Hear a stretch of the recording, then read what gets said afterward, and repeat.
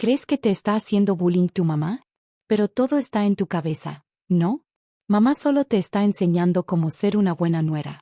Pero qué buena eres, no te haces la víctima. Esas fueron las palabras de mi esposo, Esteve, cuando le conté sobre el acoso de mi suegra, Pamela. Ella tira la comida que preparo y avienta al suelo la ropa limpia que cuelgo. Para Esteve, eso era educar a una nuera. Al verme sin palabras, solo se rió con burla y luego dijo algo que no podía creer.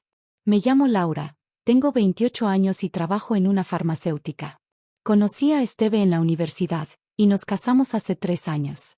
Perdí a mis padres justo cuando me gradué. Fue tan repentino que, como hija única, sentí que me esperaba una vida de completa soledad. Mis padres casi no tenían contacto con otros familiares, así que al funeral solo asistieron sus amigos y conocidos. Sin tiempo para llorar, empecé a trabajar en la empresa donde me habían contratado recién egresada, y conocí a Esteve por medio de un amigo. Tal vez por lástima de que no tenía a mis padres, Esteve solía llevarme seguido a la casa de sus papás. Desde el inicio, sus padres me recibieron como si fuera su propia hija, y nunca dudé de que teníamos una buena relación. Incluso después de casarnos, solíamos disfrutar de la comida de mi suegra. Yo quería seguir trabajando aún después de tener hijos, pero como ya no tenía a mis padres, me preocupaba quién podría ayudarme con el cuidado de los niños si no había lugar en una guardería. Cuando le conté esto a Esteve, me dijo: Pamela se encargará de eso. Todo parecía ir bien. Terminamos viviendo con ella en la casa de mis suegros. Mi suegro estaba fuera por trabajo, así que solo vivíamos Esteve, Pamela y yo. Al principio todo estaba bien, pero después de 3 años de matrimonio y sin poder quedar embarazada, la actitud de Pamela cambió drásticamente. Laura, ¿cuántas veces tengo que repetirte que eres la más joven de esta casa? A ti te toca hacer el quehacer, me decía. Los fines de semana siempre me dejaba toda la limpieza y la ropa sucia. Aunque ya hacía la mayoría de las tareas del hogar, parecía que nada de lo que hiciera le gustaba. Tiraba mi ropa recién lavada al suelo o ensuciaba los trastes limpios solo para que los lavara otra vez. No dejaba de quejarse por tonterías y me sermoneaba por no haberle dado nietos todavía. Yo ya estaba destrozada por dentro, y la falta de apoyo de Esteve lo empeoraba todo. Varias veces le hablé del maltrato y las humillaciones de Pamela, pero él siempre respondía: estás exagerando. Te estás imaginando cosas. En ese tiempo, Pamela nunca me trataba mal frente a Esteve, así que tal vez él no podía creer que su madre hiciera algo así. Pero aún así, su actitud era inaceptable. Era como si Pamela fuera la víctima y yo la mala, haciéndome sentir completamente sola en esa casa. Después de que Esteve dejó claro que no me creía, el acoso de Pamela empeoró. Ya no se escondía, ahora me gritaba e insultaba incluso frente a él. Por fin logré quedar embarazada, pero aunque pasé los primeros meses difíciles y llegué a una etapa estable, mi corazón no estaba tranquilo. Estaba de incapacidad por maternidad, pero el acoso de Pamela no paraba, y lo peor era que Esteve no solo no me creía, sino que se unía a ella para menospreciarme. El mismo Esteve que se había alegrado tanto al saber del embarazo, ahora se burlaba con Pamela diciéndome que solo era una mujer floja que come y duerme todo el día. Sabía que el estrés le hacía daño al bebé, pero no veía salida. A pesar de todo, la única persona en quien podía apoyarme era Esteve. Decidí tener una conversación seria con él. Le contaría todo lo que Pamela me había hecho, esperando que por el bien de nuestro hijo por nacer cambiara su actitud condescendiente. Elegí un fin de semana y me acerqué a Esteve, que descansaba en la sala. Oye, hay algo de lo que quiero hablar contigo, le dije. Cuando dije eso, Esteve levantó la vista de su celular con flojera. Últimamente tanto tú como Pamela han sido muy crueles conmigo, le dije. Y cuando ella me acosa, tú solo te quedas callado, fingiendo que no pasa nada. ¿Podrías dejar de hacer eso? Esteve, sin saber si escucharme o no, se quedó mirando al vacío, y luego, con una expresión burlona, volvió a enfocarse en mí. Estás exagerando. Lo que hace mi mamá no es acoso ni nada por el estilo. ¿Cómo puedes decir eso? Le respondí, temblando de indignación. Tira la comida que preparo sin probarla, ensucia mi cuarto a propósito. ¿Eso no es acoso? Tal vez mamá solo intenta educarte, para que seas una buena nuera. ¿Por qué no puedes entenderlo? Las palabras de Esteve me hicieron sentir mareada de incredulidad. Sin darme cuenta, Puse mi mano sobre mi vientre y bajé la mirada. No puedo criar a un hijo en esta casa, pensé. La forma en que piensan Esteve y Pamela va a terminar afectando al bebé. Tal vez para ustedes esto sea normal, pero para mí no. Ya llegué a mi límite, dije con voz temblorosa. Mi mano sobre el vientre se estremeció. Sentía el llanto atorado, pero Esteve solo se burló, soltando una carcajada seca. En mi punto de quiebre, me dijo con tono sarcástico. Si tan mal estás, ¿por qué no te vas? Ni mamá ni yo te vamos a extrañar. Sus palabras me dejaron helada, y solo alcancé a exclamar, sosteniéndome el vientre. ¿Qué estás diciendo? Estoy embarazada, Esteve. Él me miró con frialdad, como diciendo ¿y qué? Y soltó una risa vacía. Ah, cierto. Pero de todas formas no tienes a dónde ir. Pobre de ti, sin padres, sin casa. No tienes a nadie a quien acudir. Su voz burlona resonaba en mis oídos. Apreté los labios y lo miré con furia. ¿Y esa mirada qué? Dijo molesto. Me voy a la casa de mis padres, respondí después de un silencio. Esteve soltó una carcajada. Vete si puedes. Seguro terminas durmiendo en la calle. Muy valiente hablando de volver con tus papás.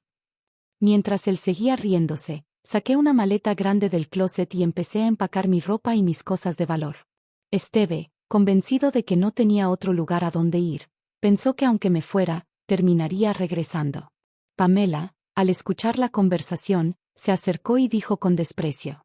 Tú tienes la culpa por no seguir las reglas de esta casa. Para ellos, si no me gustaba, debía irme. Y así sería. No pensaba volver jamás. Una vez que me estableciera, enviaría los papeles del divorcio. Cuando terminé de empacar, murmuré mientras ellos seguían riéndose con burla. Adiós. En ese momento decidí que criaría a mi hijo sola. Ellos jamás conocerían su rostro. Un año ha pasado desde que dejé la casa de mis suegros. Di a luz a una hermosa niña, y aunque ha sido difícil criarla sin ayuda, no he regresado. 3 meses después de irme, envié los papeles del divorcio a Esteve. Se procesaron sin problema. También solicité la pensión alimenticia, pero Esteve no ha pagado ni un centavo. Tendré que hablar con un abogado para negociar eso más adelante. Intentando animarme, levanté la vista hacia el enorme edificio frente a mí. En la entrada había un letrero que decía: Departamento muestra, visitas abiertas. De vez en cuando, otros visitantes también entraban a mirar. Estoy pensando en comprar un departamento antes de volver a trabajar. Donde vivo ahora queda lejos tanto de mi oficina como de la guardería más cercana, y es muy incómodo. Quiero establecerme en un lugar fijo, sobre todo criando sola a mi hija. Por suerte, tengo suficiente dinero para comprarlo. Después de registrarme en recepción, me guiaron hasta el piso más alto. Subí en el elevador, y cuando las puertas se abrieron en el piso 50, me quedé helada. La persona que me recibió estaba igual de sorprendida que yo. Era Esteve. Se suponía que trabajaba en una firma de valores cuando estábamos casados, pero, ¿cuándo cambió de trabajo? Claramente no esperaba verme ahí. Se notaba nervioso, mirando hacia todos lados. Además, ese piso solo estaba disponible para compradores serios, con intención real de firmar contrato. Con una sonrisa forzada, Esteve empezó a mostrarme el departamento. Su tono era amable, pero sus miradas parecían decir: ¿qué haces tú aquí? Ambos estábamos incómodos, pero el lugar era perfecto, cerca de mi trabajo, con conexión subterránea a una guardería, un parque en el patio central y un supermercado abierto las 24 horas. Era el entorno ideal para criar a mi hija sola. Creo que me quedaré con este departamento, dije finalmente. Esteve me miró sorprendido. Yo había venido lista para firmar el contrato en cuanto encontrara un lugar adecuado. Pero por más que esperé, Esteve no sacaba los documentos. Cuando estaba a punto de preguntarle, vi cómo sus labios temblaban. No puede ser, murmuró. Una mamá soltera divorciada no puede pagar el piso más alto de un edificio así. Su rostro mostraba una mezcla de enojo, celos e incredulidad. ¿Acaso te conseguiste a un rico? ¿O estás haciendo algo de lo que no puedes hablar? Dijo acercándose. Retrocedí un paso. No. Simplemente vendí la casa de mis padres. Valía más de lo que imaginaba. ¿Tu casa familiar? Preguntó incrédulo. Le conté lo que había pasado ese último año. Después de irme, regresé a la casa de mis padres, que estaba a mi nombre. Era muy grande para mí sola, y el jardín acuático que mi padre había construido como pasatiempo le daba un valor especial. Justo antes de que naciera el bebé, alguien quiso comprarla, y la vendí. Esteve, todavía escéptico, murmuró. Pero esa casa era vieja. ¿Cómo pudo venderse por tanto? Pensé que la venta solo cubriría mis gastos por un tiempo, pero el comprador resultó ser un hombre muy adinerado y conocido. Estaba más interesado en el jardín acuático que en la casa misma, y ofreció 5 veces el valor de mercado solo por quedarse con él. Le expliqué que ese jardín era solo un pasatiempo de mi padre, que no era un diseño profesional y que apenas lo mantenía. Aún así, al comprador le gustó la base y dijo que contrataría a un jardinero para remodelarlo a su gusto. Su disposición a pagar tanto, incluso después de ver el estado real del jardín, me convenció de vender. Incluso añadió una compensación extra al precio, diciendo que le daba pena comprarme algo con tanto valor sentimental. Gracias a eso, pude mudarme a un departamento cercano, concentrarme en cuidar a mi hija y vivir tranquila, sin preocupaciones económicas. Al escuchar mi historia, los ojos de Esteve brillaron por un instante, pero enseguida su actitud cambió. Con una sonrisa confiada me dijo: «Lamento todo lo que pasó. ¿Podemos empezar de nuevo?». La seguridad en su rostro era evidente, parecía convencido de que yo aceptaría su mano extendida. Pero no la tomé. «Puedo criar a mi hija y vivir bien sin ti», le respondí con firmeza.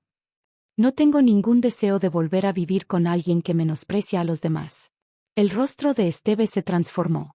La ira reemplazó su fingida amabilidad, y con el ceño fruncido me soltó: «¿Estás rechazando mi propuesta de volver contigo?». En ese momento, un compañero de trabajo de Esteve apareció detrás de él, tal vez intrigado por nuestra larga conversación. Le lancé una mirada cortés para saludar, pero Esteve ni siquiera se dio cuenta. «Una mujer rica, eso está mal», espetó Esteve con rabia. «Las mujeres deberían quedarse calladas, apoyar a sus maridos y quedarse en casa». El rostro del compañero se puso pálido. Le hice una señal con la mirada para que no interviniera. «¿Eso es todo lo que querías decirme?», pregunté con calma. «¿Así que ahora te crees mejor que yo solo porque tienes dinero?», siguió gritando. «Estabas mejor siendo una sirvienta de por vida en la casa de tu esposo». Suspiré y me dirigí al otro empleado, que se había quedado inmóvil con una carpeta llena de contratos y documentos. «No puedo hacer una compra tan importante en una empresa que emplea a alguien que habla de esta manera», dije con serenidad. Finalmente, Esteve se dio la vuelta. El empleado, dándose cuenta de que me dirigía a él, corrió hacia mí y se disculpó con tanta prisa que casi tiró los papeles. «Lo siento muchísimo, señora. Mi subordinado fue increíblemente grosero con usted». «Vamos, discúlpate», le ordenó a Esteve. Solo entonces Esteve pareció entender que la situación se estaba saliendo de control. Empezó a disculparse una y otra vez junto con su jefe. «Por favor, ya basta», dije firme. «No voy a comprarlo de todos modos. Veré otros departamentos». Ambos se quedaron pálidos, con expresión de desesperación. «Espera. Retiro todo lo que dije. Solo firmemos este contrato», rogó Esteve. «¿De verdad crees que haría un trato que te beneficie después de todo lo que dijiste?», respondí. Esteve bajó la cabeza, derrotado. El resultado era claro: una pérdida total para él, que no sabía hacer más que menospreciar a los demás, y también para su jefe, que seguramente había esperado que el hecho de ser exesposos facilitara las cosas. No sentí lástima. El departamento me encantaba, la ubicación, el diseño, todo, pero no podía comprar en una empresa con empleados así. Me incliné ligeramente y salí de la sala. Nadie me despidió mientras tomaba el elevador y salía del edificio. No miré atrás. Simplemente caminé hacia otro complejo para ver otro modelo de departamento. Más tarde supe, por Pamela, que Esteve no solo había perdido el gran contrato del Penthouse, sino que también recibió una reducción de salario y un descenso de puesto por su comportamiento verbal hacia mí, una clienta, lo que finalmente lo llevó a renunciar. Después de eso, Esteve batalló para encontrar otro empleo. Terminó refugiándose en el alcohol y el juego, con Pamela cuidándolo. Un día, me encontré a Pamela en el supermercado. «Mi hijo no trabaja, se la pasa en casa, desquitándose conmigo», me dijo con el rostro cansado. «Lo siento por todo. Por favor, cásate con él de nuevo y regresa». ¿Por qué no dejas la casa si tan mal la estás pasando? Le respondí sin pensarlo. Su rostro se llenó de desesperación, pero yo sentí una ligera sensación de alivio. Compré un departamento en otro edificio y regresé a trabajar después de inscribir a mi hija en la guardería. El dinero de la venta de la casa de mis padres era más que suficiente para mantenernos, pero amaba mi trabajo y me habían pedido volver, así que lo hice.